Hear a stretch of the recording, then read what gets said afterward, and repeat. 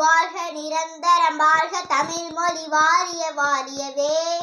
என் பெயர் வே மகிழினி. நான் ஊராட்சி ஒன்றிய தொடக்கப்பள்ளி பேராவூரின் வடகிழக்கில் 3ஆம் வகுப்பு படிக்கிறேன். 1889 நவம்பர் 14 இந்தியாவில் ஒரு ஒளி உருவாயிற்று.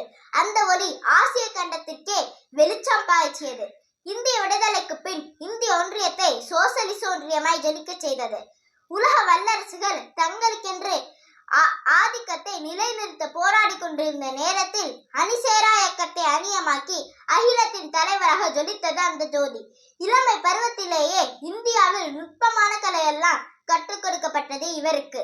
இங்கிலாந்தில் புகழ்பெற்ற கேம்பிரிட்ஜ் பல்கலைக்கழகத்தில் இயற்கை அறிவியலை கற்றுத் தேர்ந்தார்.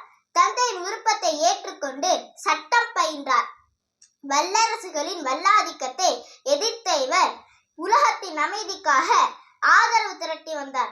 அணு ஆயுத போட்டி நாடுகளை ஏழை நாடுகளாக மாற்றிவிடும் என்று வாழ்நாள் எல்லாம் கூறி வந்தார். உலக நாடுகளின் அமைதிக்காக ஆற்றலோடு உழைத்த ஆசிய ஜோதி குழந்தைகளை உள்ளன்போடு நேசித்தது. எங்கு சென்றாலும் மழலை குரல் மாறாத குழந்தைகள் இவரை சூழ்ந்து கொள்வதை விருப்பமாக கொண்டார்.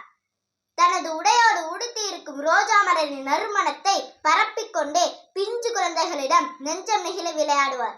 அவரின் தாலாட்டு நாள் குழந்தைகளின் கொண்டாட்ட நாளாக ஆனது. அவர்தான் குழந்தைகள் மாமா என்று அழைக்கும் நேரு மாமா. அவரின் பிறந்த நாளான இன்று அனைவருக்கும் குழந்தைகள் நாள் நல்வாழ்த்துக்கள். நன்றி, வணக்கம்.